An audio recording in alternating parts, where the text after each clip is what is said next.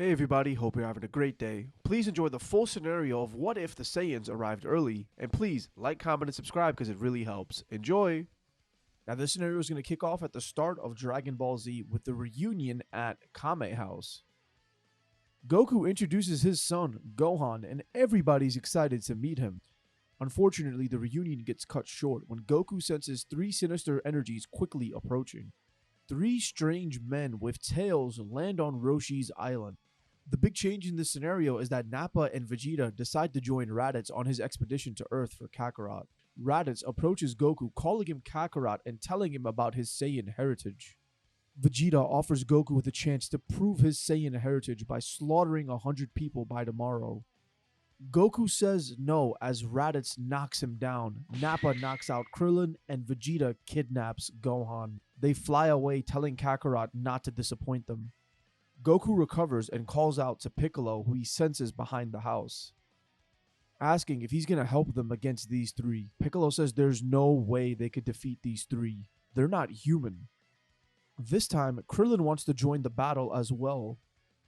Yamcha, Tien, and Chaozu also arrive, saying they sensed a huge amount of energy coming from Kame House. Goku says the three warriors had tails, and he remembers how much of a weak point this was for him. The Z-Fighters strategize before taking off. But of course, no amount of strategy is going to prepare them for the three Saiyans they're about to face. The Z-Fighters arrive and they try to do their best, but there is no hope for them. Nappa alone is too much for them to handle, let alone Raditz and Vegeta. They fall one by one: Chaozu, Yamcha, Krillin, Tien. Piccolo and Goku are the last two standing. But before Piccolo rushes in for his final attack, Goku yells about the Dragon Balls, warning Piccolo that if he falls, Kami will too.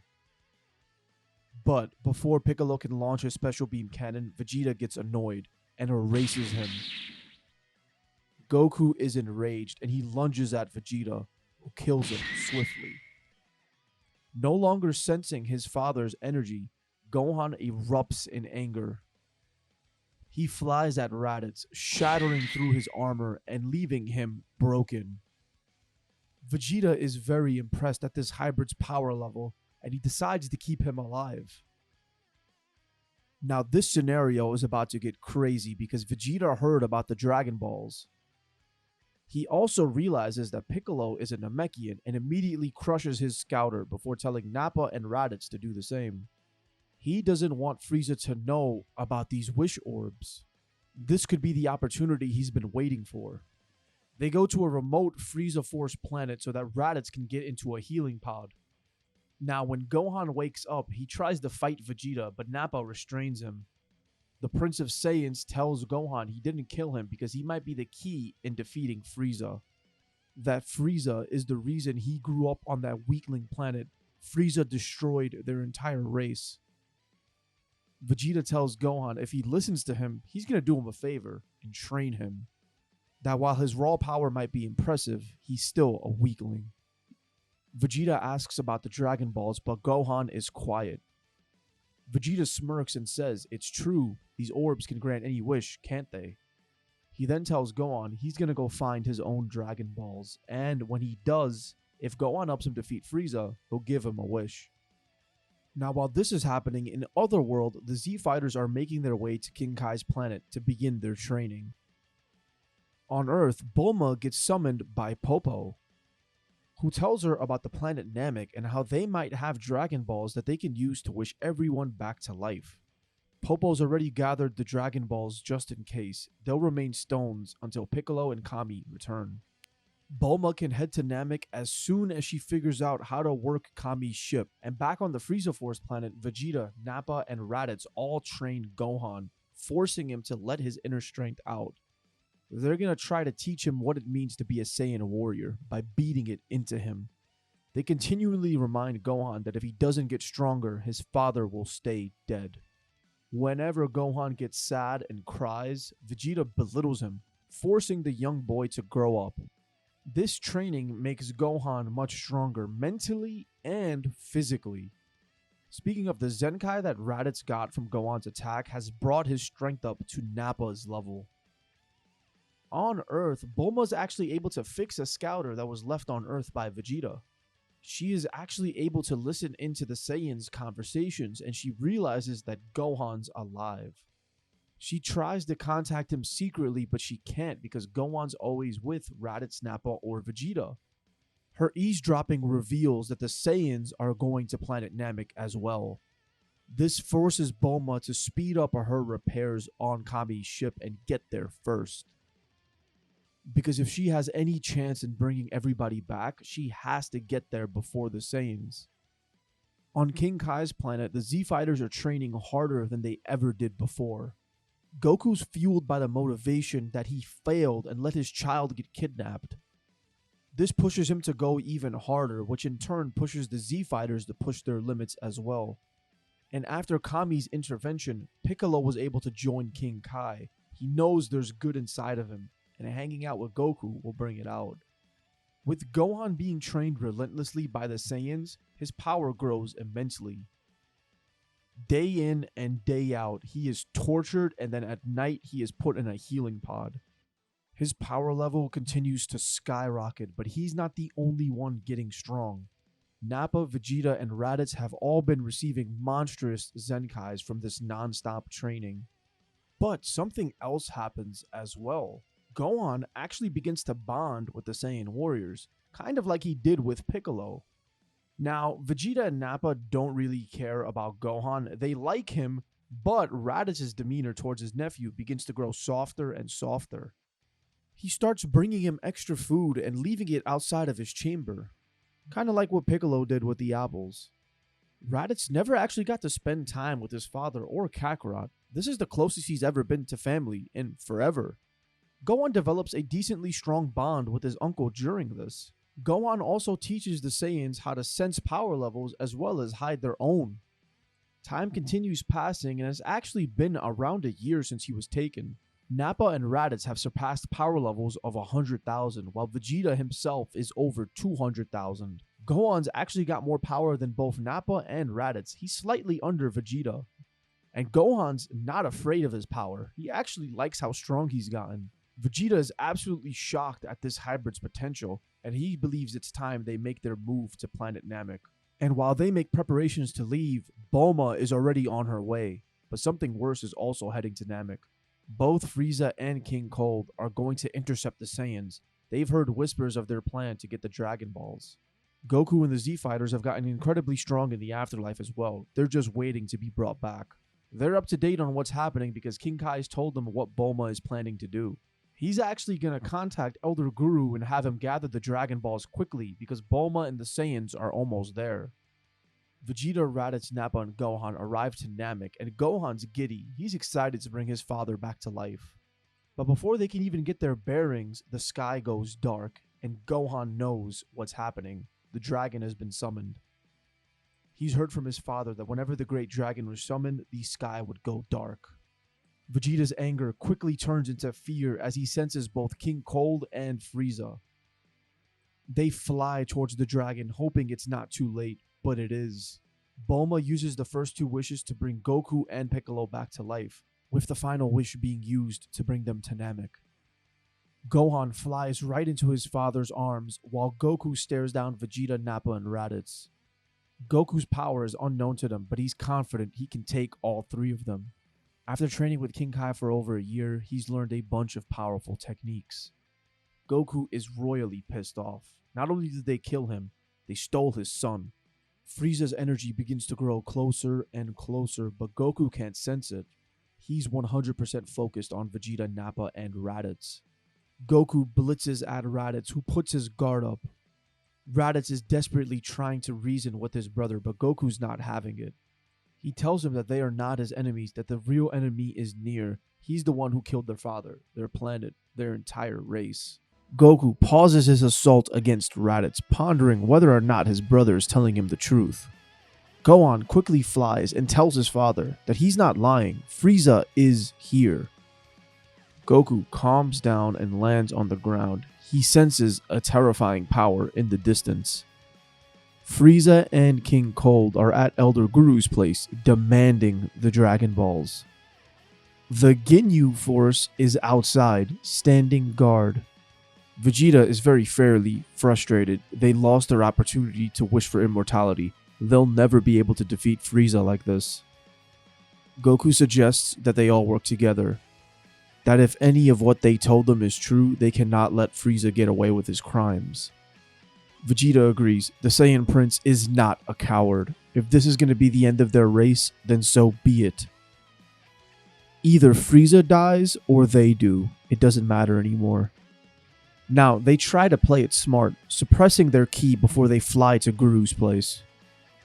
Their first obstacle is to get past the Ginyu Force. Raditz and Nappa approach the Ginyu Force.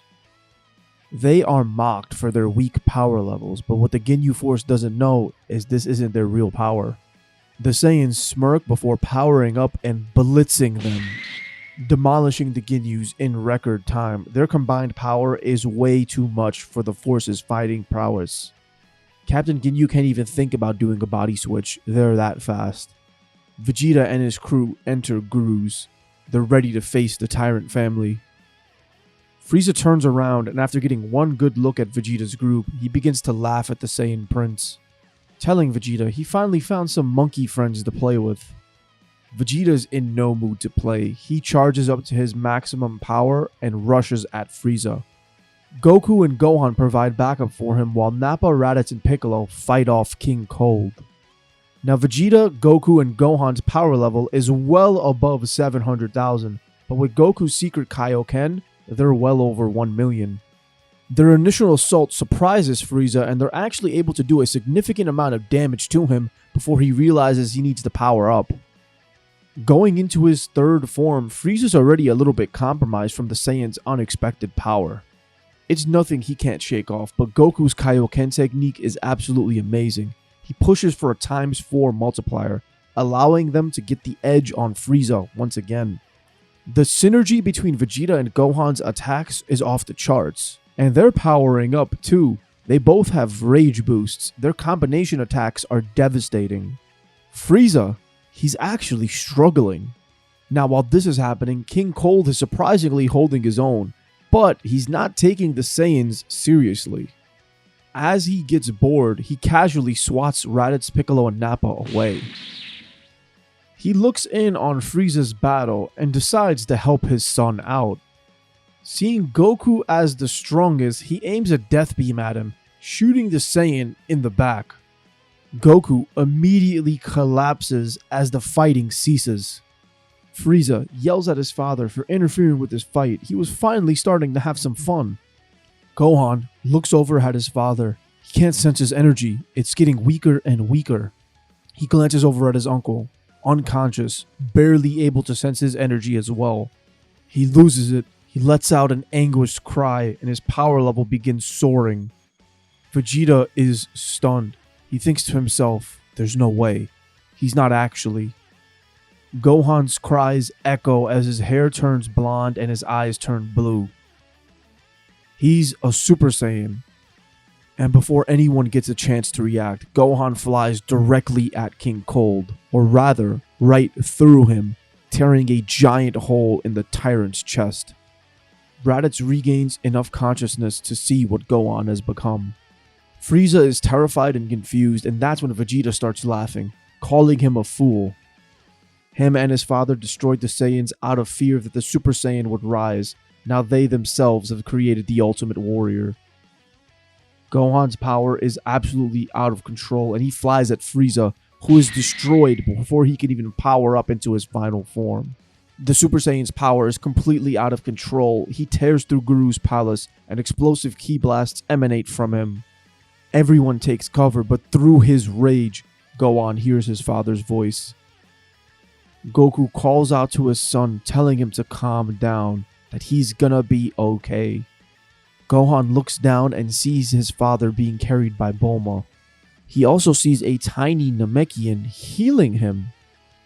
Shout out to Dende. Gohan quickly rushes into his father's arms and calms down, reverting back to normal. Vegeta, Raditz, and Nappa look over at Cold's mangled body and at the ash that was Frieza. They had no idea the boy they kidnapped would be so powerful that he would be a Super Saiyan. No words are said. Vegeta simply spits on their remains when Nappa asks what's next. Raditz looks over at Gohan and smiles, giving him the thumbs up. Gohan suggests that they come to Earth, that the Saiyans need to stick together, right? Now, while Vegeta doesn't agree with the sentiment, he wants the power of a Super Saiyan himself. And before they leave Namek, Elder Guru thanks all of them, and he actually offers to unlock their hidden potential. Of course, everyone's gonna accept, and everybody gets power because they all stood against true evil today. And also different from canon, since Vegeta didn't slaughter any Namekians, Elder Guru gives him and the other Saiyans the okay. Bulma runs up to Gohan, giving him a big hug, telling him he gave her hope. That she learned he was alive by tracking them via the Frieza Force technology. She heard how he was struggling in training just to get his father back. She actually mentions that something weird happened when she was trying to track their location, that she found another faint signal using older Frieza tech. It was on a seemingly remote planet, and Bulma pulls up a scan showing Gohan. Gohan calls Goku over, and they're both in awe at Bulma's technology. This is super cool. But when Vegeta looks over, he actually recognizes the planet. That's planet Vampa. Nappa and Raditz's ears perk up. Vampa? Could this mean what they think it means? Vegeta asks Bulma if she can show him the signal that was coming from the planet. And when she shows him, his jaw drops. This is coming from a ship that was on planet Vegeta, the day of the extinction. Is it really possible that another Saiyan could have survived the extinction? He doesn't recall any Saiyans being stationed on Vampa. Vegeta, Nappa, and Raditz have to go and check this out. Now, while Goku's uneasy around the Saiyans, when Gohan shows interest in going with them, it kinda confuses him. Goku looks at his son and understands that he's not the scared little boy he once was. He actually kind of reminds Goku of how he was as a child, always ready for an adventure. Goku says that him and Gohan will join them as well. Vegeta says Vampa is a barren wasteland, not meant for weak Saiyans. Goku laughs and puts his hand behind his head and says, then why is he going? Vegeta steps up to Goku, but Gohan steps in front of the prince, staring Vegeta down. Vegeta continues to march forward, but surprisingly, Raditz steps in front. Insert Baki confrontation music. Vegeta scoffs, telling Goku that perhaps death has made him a true Saiyan. He makes his way onto his ship, and the rest follow suit. Bulma says that she's going to have to stay on Namek to repair her ship. She had a pretty aggressive crash landing. Piccolo's also going to stay. He wants to learn more about his heritage. Of course, the Namekians are glad to host and help them. She actually gives Goku a scouter so they can stay in communication with each other. She also gives him a bag of senzu beans, just in case. The Saiyans make their way to Vampa, and Gohan tells his father about what he's learned over the past few years. He doesn't even know where the time has gone, and Raditz tells Goku that his nephew is a true warrior, that he should be proud. He's the first ever Super Saiyan in a millennium, the legendary warrior who has no limits. And the way Gohan speaks, something inside of him is different. He's still the same kid that Goku raised, but he's also got this new hunger within him. The Saiyans land on the barren planet that is Vampa. Vegeta says that no life could have survived here. Vegeta uses his scouter to try to detect where the signal was coming from, but Goku says he senses two faint key signatures nearby. Now, while Broly and Paragus get ready to hunt, when they exit their cave, they're shocked. The Prince? And 4 Saiyans? How is this possible, Paragus thinks. Vegeta and the Saiyans are also shocked, and Vegeta asks, how did they get here?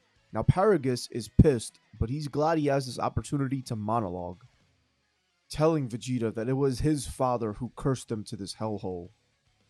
That he was jealous of Broly's power, claiming he was a freak and an abomination. So he vowed that he would get revenge against the king. But as fate would have it, Paragus had to witness the destruction of planet Vegeta. He had to accept that he would never get revenge. All he had was Broly, and all Broly had was him. Broly is nervous and on guard, but Goku approaches him while Paragus is talking. He asks, "What's that around his neck?" He also sees that Broly is slightly injured and he offers him a Senzu bean. Paragus screams at Goku to back off, that the collar is the only thing that keeps Broly under control. Gohan gets angry. How could he muzzle his own son like this? Broly's not an animal, he's a person. Vegeta tells Paragus after scanning Broly's power that it's no threat. He can sense that he has some hidden potential, but it's nothing crazy. Vegeta says that his father must have been weaker than he remembered. If Broly truly was a threat to his power, he should have been allowed to rise to it and prove himself worthy of his birthright. The Prince of all Saiyans never runs from a fight. Now remember, Vegeta is not his Dragon Ball Super counterpart yet. He shoots a ki blast at Broly's collar, telling the Saiyan to fight him. Paragus lunges at Vegeta, but he's easily knocked aside, calling the prince a fool. Broly begins to fight Vegeta, and his technique is flawed and reckless. Vegeta sees the potential, but he doesn't get why his father would banish him. Paragus yells out for Broly, and this distracts him enough for Vegeta to land a devastating gut blow. Broly is seemingly down for the count, and while Vegeta begins boasting, Broly's power level begins to skyrocket. He screams in a deafening rage and attacks Vegeta. Vegeta's guard is up, but despite this, Broly actually drives him back. Now, while Broly's rage is terrifying, it's nothing compared to his power, which keeps going higher and higher and higher. Vegeta may have definitely bitten off more than he can chew here. Eventually, Broly's able to surpass Vegeta, and Vegeta tries to power up more, but he hasn't ever tapped into Super Saiyan, so he's stuck with this animal. There's seemingly nothing he can do at this point. Broly launches a giant mouth blast at Vegeta. The prince manages to block it, but it destroys his armor and everything. Vegeta is left a sizzling, injured body, barely clinging to life. Broly won, but he rushes towards Vegeta, but before he can get there, Goku, Raditz, and Nappa intervene. The three of them are barely able to hold Broly back, but Gohan steps up and asks his would-be friend to calm down. Broly seems to be calming down, but when Paragus yells at him to kill Vegeta, he loses it. Gohan is pleading with Broly at this point, who's getting more and more powerful, but Paragus keeps screaming. Nappa decides to knock the old timer out. But when Broly looks back and sees his unconscious father, he loses it again. Transforming into his Ikari form, he breaks free from the Saiyan's grasp. He turns around and he's ready to fly right through the Saiyans, but Gohan transforms into a Super Saiyan and tries to stop the rampaging Broly. The two begin to fight, and Gohan actually has the advantage for now. But Broly's an abomination of power. He's slowly rising to Gohan's level. Realizing this, Goku and Raditz step in, and the three of them are able to push Broly back. The only way for them to stop this and get out alive is if they can knock out Broly. They cannot let him power up more. Goku activates a ×10 Kaioken and it ravages his body. Gohan keeps dropping his guard, trying to protect his uncle and father, who are too slow to block Broly's moves. And this allows Broly to grab the warrior's arm and break it. His power and anger continue to rise, and he launches a massive mouth blast towards the three Saiyans. They get into an epic beam struggle. Raditz launches a double Sunday. Goku and Gohan launch Kamehamehas. A one-armed Gohan is giving it his absolute all. But when Broly's energy surges once again, the three of them realize they're about to be swallowed by a wave of destruction. Gohan begins walking forward as Raditz and Goku look on, and he takes the brunt of the blast. Being launched backwards, he is left charred and unconscious, just like Vegeta. He's barely hanging on to life. In fact, neither Goku or Raditz can sense his energy anymore. Now we all know what's about to happen. The two Saiyan brothers in unison let out an angered rage as they lunge towards Broly. Goku and Raditz have reached Super Saiyan. Vegeta's barely able to wake up, sensing what's happening. He doesn't believe it. Nappa's also in disbelief. How is this possible? Together, Raditz and Goku fight Broly, who pushes the new Saiyans to the absolute brink. They don't have a choice. They have to finish this quickly before his power grows out of control. They focus on coordinated heavy attacks. Raditz launches Broly upwards while Goku spikes him down into the ground, and the two of them unleash a volley of ki blasts. When the dust settles, they realize they'd knocked Broly back into base. The two brothers look at each other and they're scared because Broly would have eventually grown past them too. What is this guy? Goku quickly calms down and rushes over to his son. Gohan's life is fading. The young Saiyan is coughing up blood. Every bone in his body is broken. It doesn't look too good. Gohan tries to talk, but nothing comes out. Goku silently crushes a Senzu bean and gives it to his son, hugging him tightly. He then tosses one to Raditz for Vegeta. The two of them wake up and receive massive Zenkais. Goku and Gohan approach Paragus and the unconscious Broly, telling them that if they want peace, they can come with them to a better world, a safer planet. Vegeta's pride is hurt. He's humbled. He tells Paragus he doesn't know why his father took the cowardly way out, but he wants to fight Broly until he can beat him, provided Broly can learn to control his power. Broly gets up confused and scared, but seeing Paragus calms him down, and Paragus tells the Saiyans he's tried for years. He doesn't know if Broly can be controlled, or if he even has any limits. Broly is badly injured, and when Gohan walks up to him again, he's nervous, but Gohan gives him a Senzu, telling Broly it will help him. He tells him he knows what it's like to have this power inside. He used to be scared of his own, but being around the Saiyans, it showed him he doesn't have to be. It's his power. And he controls it. It doesn't control him. Mature Kid Gohan is the GOAT. Goku tells Bulma what's happened, and she's almost done with her repairs. She's gonna go to Earth soon. Piccolo decides to stay behind with the Namekians. Now, while everyone travels to Earth, Kami wishes all the Z-Fighters back after upgrading the Dragon Balls. When the Saiyans land on Earth, everyone is so happy to see Gohan again, but they're shocked to see the Saiyans. The Z-Fighters are very uneasy considering the last time they saw them, they killed Goku and them. But Gohan vouches for them. The Saiyans stay off the grid in capsule houses near the desert. Broly and Paragus, however, stay near Goku's house. A few days pass while everybody is barely settled in. Vegeta's energy flares up. Goku, Gohan, and the rest of the Saiyans fly towards the energy spike, and they see a young adult and a young teen boy speaking to Vegeta. This young adult flies towards Goku, giving him a hug, and Goku's confused, but when he looks at the young man, he realizes, Gohan? Adult Gohan and Trunks tell Goku they're from the future. Young Gohan is in awe at his future self, the power coming off of him. It's insane. The two future warriors tell the Saiyans what happens, that the androids came and wreaked havoc, killing most of the Saiyans and wrecking the planet.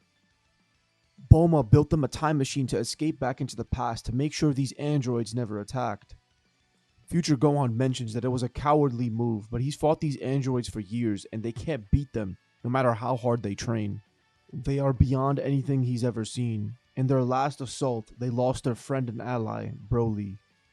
Future Broly learned how to control his transformations, and even at Super Saiyan, he barely held them off. He's the reason they were able to escape. He's a hero. Their plan is to stay in the past, to train and stop the androids in this timeline before returning back to their future. They're not sure if changing the past will change the future, and they'd rather be safe than sorry. Goku suggests that the Z-Fighters get involved as well. They can trade alongside them and provide some good backup. Adult Gohan tells Vegeta that one thing him and Trunks discovered was that their version of Vegeta wanted to build a gravity room to train in. Future Bulma never got to finish it because of the android's attack. She had the focus on building the time machine instead. Future Trunks suggests to Vegeta that he tell Bulma his ideas so she can design it, since he would have the intimate details on what exactly he wants designed. Future Trunks is trying to secure his birth because he's not born yet. Now, while waiting for the gravity room to be built, the Saiyans will spar together. And with 3 years before the androids commence their attack, they have plenty of time to get strong enough to defeat them. Future Gohan has already indicated that there's a level beyond Super Saiyan, but he doesn't know how to get there on his own. Future Trunks and Gohan will have to teach them all how to control their transformation if they stand any chance of defeating these androids. Now, Vegeta and Bulma end up bonding while she builds the gravity room, and baby Trunks is secured. And Vegeta also has to swallow his pride big time when he sees future Gohan, Teen Gohan, and future Trunks easily transforming into Super Saiyans. He doesn't have the luxury of escaping the planet in this scenario because everybody needs the gravity room. Now, over the course of the 3 years, everybody eventually learns how to become a Super Saiyan. Vegeta was right, it is a Super Saiyan bargain sale. And even Broly learns. Both of the Gohans help him control his rage, and Paragus is mainly there as a sparring partner and to help keep Broly under control. Over the 3 years of essentially non-stop sparring, everyone's power level has skyrocketed. Goku actually got sick with the heart virus before the androids even arrived due to the intense training. He took his medicine and got all better. Just really think for a second how powerful our Saiyans will be in this scenario. From Super, we learned that Saiyans sparring with each other is the best way to control and grow their power. We also know the benefits of gravity training from Goku's trek to Namek. 3 years of constant sparring under high gravity levels? Yeah, the androids are screwed. Just between the Zenkais and the benefits of group training, they are entering literally new heights of power. Each of the Saiyans is on the precipice of unlocking Super Saiyan 2, but only one has truly achieved it, or rather, two. Both Gohans, present and future, have unlocked Super Saiyan 2. Now, as far as the rest of the Saiyans go, they have perfected Super Saiyan, but they haven't been able to tap into Super Saiyan 2 just yet. Young Gohan actually surprises everyone when he achieves the form, including his future self. The day of the android attack comes and the Saiyans are more than ready. But when the future warriors see the androids, they're confused. These aren't the androids they feared. Have they broken the timeline? Now, Jiro's also thrown off by the number of warriors. He hasn't taken measures in a while, in roughly 3 years. His data is incomplete. Vegeta and Goku take the lead and charge at Jiro and 19, beginning their respective battles. Once they power up into Super Saiyan, the androids have no idea what's happening. Jiro panics and tries to escape, but Vegeta is merciless. He destroys Jiro, as Goku destroys 19. They descend down, all that training, all that hard work for a battle that didn't even last 5 minutes? Young Gohan also is annoyed that he didn't get to fight after all that. Future Trunks suggests bringing the android's remains back to Bulma's lab so they can see what she knows. A pregnant Bulma immediately identifies the head of the scientist, Jiro. Young Gohan realizes that maybe he had a lab with the androids that his future self and future Trunks feared. While Bulma is scanning for any locations, she receives a weird phone call. Apparently a machine resembling Trunks and Gohan's time machine has been found in the forest, but that's not possible. Future and young Gohan go and check it out while everyone else waits to get the location of Jiro's lab. Since they believe they've vanquished the androids, there's not really a rush. Broly's happy to be chilling inside Capsule Corp. He likes this place, it's comfortable. He's also weirdly excited about Bulma's baby. He feels protective over her because she's been so nice to him and his father. In a wholesome way, not a love triangle way. The two Gohans land at the location of the reported machine, and it's true. This is the time machine. How is that possible? They also find a weird exoskeleton and they rush back home, but in the distance they sense a large ki boost, followed by another.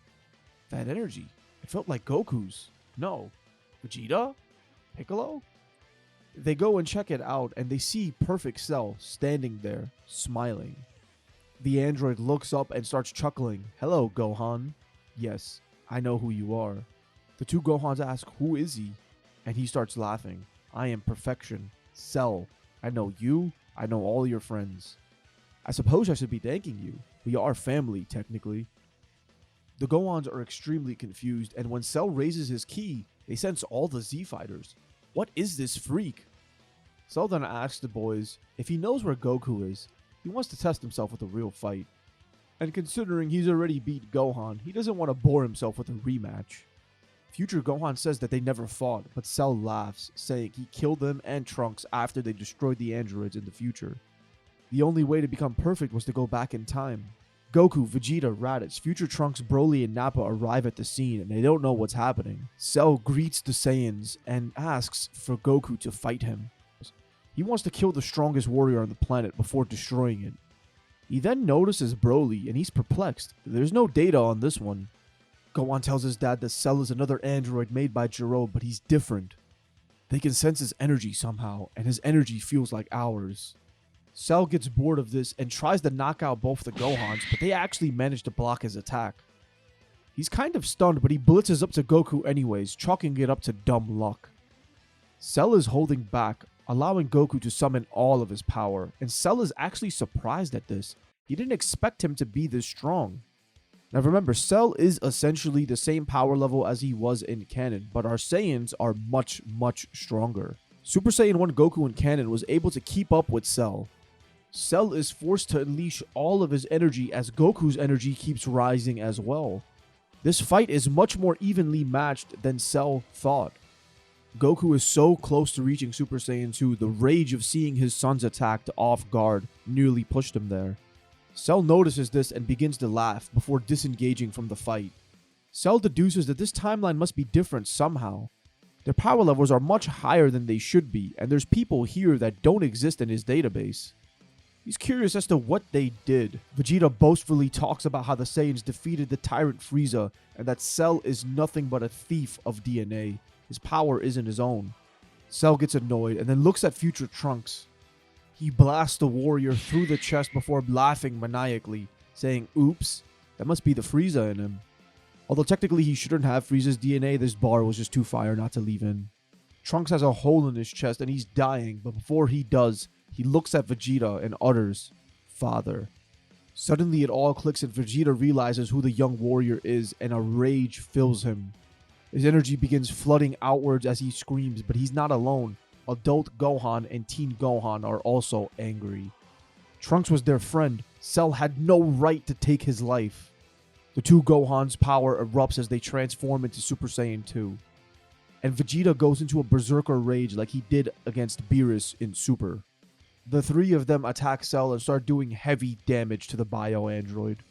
The other Saiyans are in awe as their prince ascends to a new level. Cell's body can heal, so they have to destroy him completely. And now between the two Super Saiyan 2 Gohans and a rage-boosted Vegeta, the combination attacks are devastating.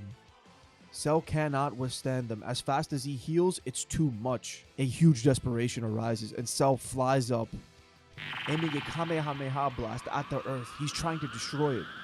But when it comes to beams, Cell is just fodder at this point to our Saiyans. The two Gohans and Vegeta launch a final Kamehameha at him, erasing the so-called perfect being from existence. Cell's arrogance has led to his downfall. Vegeta flies down to the body of his son's corpse. Trunks lays there motionless with blood everywhere.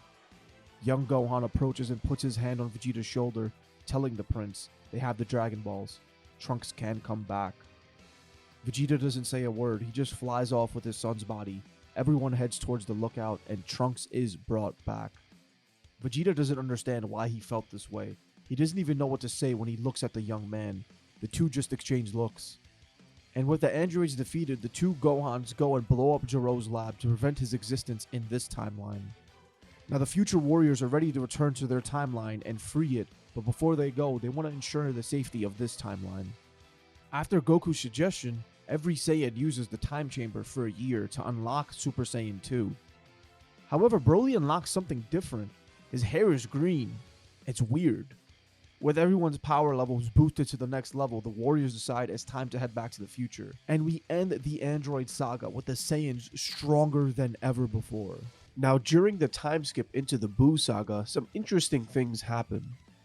First and foremost, Goten and Trunks are born within the same year. Trunks is older, but only by a few months this time.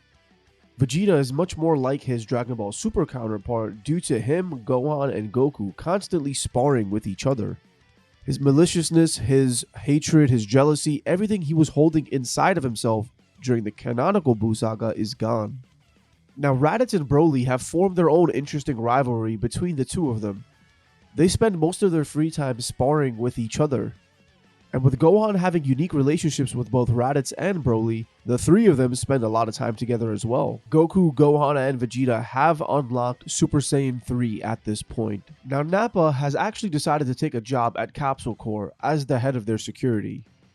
He's getting older in age, and honestly, he doesn't feel like training as much, and he doesn't mind just fighting Cannon Fodder at this point. He was happy just unlocking Super Saiyan, and that still makes him one of the strongest people on Earth. Him and Paragus are in their Saiyan retirement era. Paragus has let go of his grudge against Vegeta after seeing how far his son Broly has come. He enjoys the Earth and sees it as a second chance for the Saiyans in some regard. So now when the time comes for the Buu saga to begin, there really isn't one. Really think about it. The Saiyans are way too strong. They would easily be able to defeat the Majin warriors.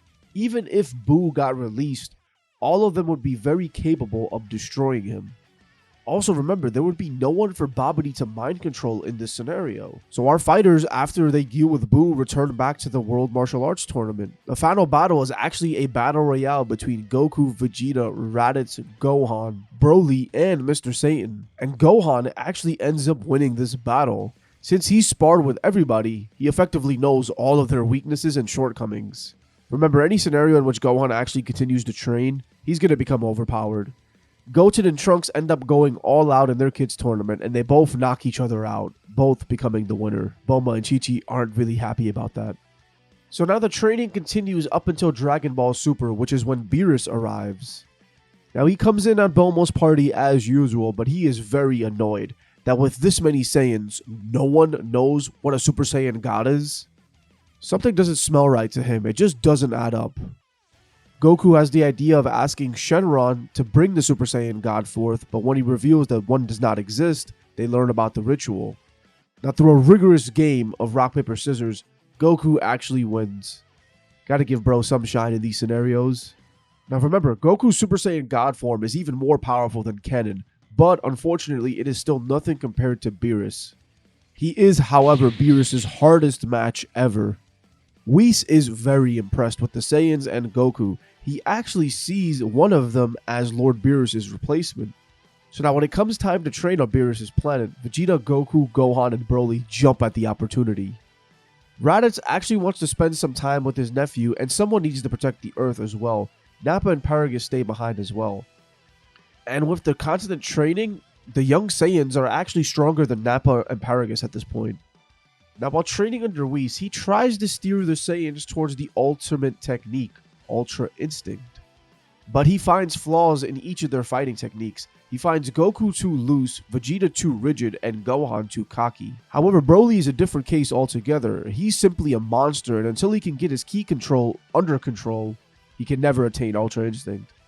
Now again, there is no Resurrection F Saga because on Earth, Nappa is able to protect the Dragon Balls alongside Raditz and Goten and Trunks. They are easily able to destroy the Frieza Force remnants when they come down trying to steal them.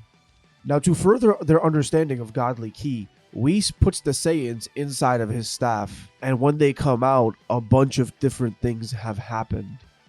Broly is actually able to utilize the God Ki and use it to control his legendary Super Saiyan form. Goku and Vegeta transform into Super Saiyan Blue, while Gohan turns into an all-new kind of beast. His body adapting to the God Ki completely changed him. Perhaps it was his hybrid nature. The four Saiyans regularly spar with each other, and one day Champa arrives and the Universe 6 tournament is set up. Now bear with me again because Universe 6 stands absolutely no chance against the Saiyans. Particularly against Broly and Gohan, they are on a different level of power at this point. Goku and Vegeta are no pushovers either. Their Super Saiyan Blue form is much stronger than it was in canon. So honestly, regardless of whatever order the fighters fight in, Universe 7 absolutely sweeps the tournament. Each individual Saiyan could violate every member of Universe 6 10 times over at this point. Even the legendary Assassin Hit and his time skip are no match for them. This universal tournament does catch the eye of Zeno, who wants to do a big tournament, but also multiversal peeping Tom Zamasu is watching as well. Now again, realistically with the Saiyans training as much as they are, as soon as Zamasu switches bodies with any of them, the other three would immediately jump him. For example, if he decided to switch with Broly on Beerus' planet while they're sparring, once Broly Black arrives, he's not going to be able to get past the other three Saiyans. Project Zero Mortal is ending right then and there. Because remember, as powerful as the Saiyans are, Zamasu still has to figure out how to control their bodies. He doesn't figure out Goku's until after their first battle. And this battle is not going past the first one in this stage. So yeah, it's going to be awkward for around a year while the Super Dragon Balls charge for whoever Zamasu decided to switch with. But eventually they're able to get their body back and resume training as normal. And with Beerus not being annoyed with any ramifications of time travel, it opens up the opportunity for Vegeta to train with him in an effort to catch up to Gohan and Broly. No matter what he does in refining his technique, he cannot compete with their raw power. So as far as the Tournament of Power goes, the team is Broly, Gohan, Goku, Vegeta, Raditz, Nappa, Goten, Trunks, Master Roshi, and Krillin. Now, the regular human Z fighters are no pushovers in the story because they've been training alongside the Saiyans. Their hardcore dedication has rubbed off on them, but this story is not about them. It really is about how powerful the Saiyans could be if they were together the whole time. Now, the tournament begins and it continues as normal until Kale goes berserk, which was really the first inciting incident of the tournament. But this time, it's going to be Broly who stops her. And Broly's also trying to calm Kale down, trying to get her to control her power like he did. But it doesn't work, and of course things escalate. But this time, before she's knocked out, Kefla is born. Caulifla's not going to let her partner get knocked out this early, and Broly dragging out the fight made her jump in. The fight between the legendary Super Saiyan and the fused warrior begins. And immediately the other universes understand the differences in power. Their battle shakes the very void and destroys most of the arena, but Broly is able to overcome his fused adversary, launching a destructive mouth blast directly into Kefla's face. Now, Universe 7 catches Jiren's attention, but this time Goku approaches him, showing off his Kaioken Super Saiyan Blue attack, which actually forces Jiren to use more of his power, but it doesn't matter. His power is still way too high for Goku. This desperation causes Goku to launch a massive spirit bomb at him, which provides the catalyst for Goku to enter Ultra Instinct for the first time. He begins to battle Jiren, and with his body being much stronger this time, he's able to maintain the form, but remember, this is still not enough to knock out Jiren.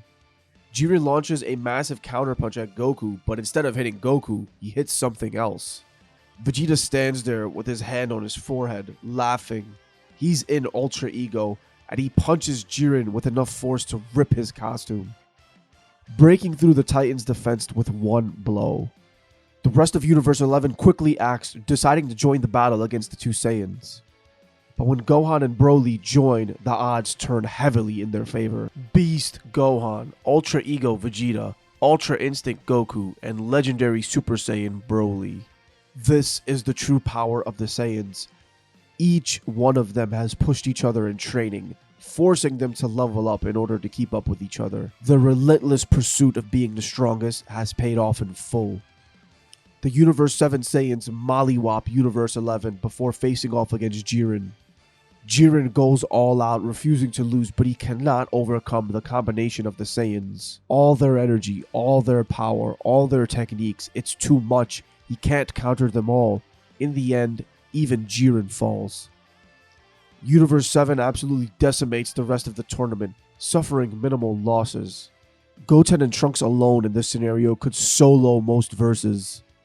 When it's time to state their wish, Goku makes his choice, wishing everyone back. Basically, if the Saiyans arrived early, we would get some of the most overpowered versions of our favorite characters. But what did you guys think about this scenario? I really hope you liked it. The next one will be Bardock as the Super Saiyan God. So I really hope you guys tune in for that. Please let me know what your favorite part was down in the comments below. And again, don't forget to hit subscribe for more. Peace.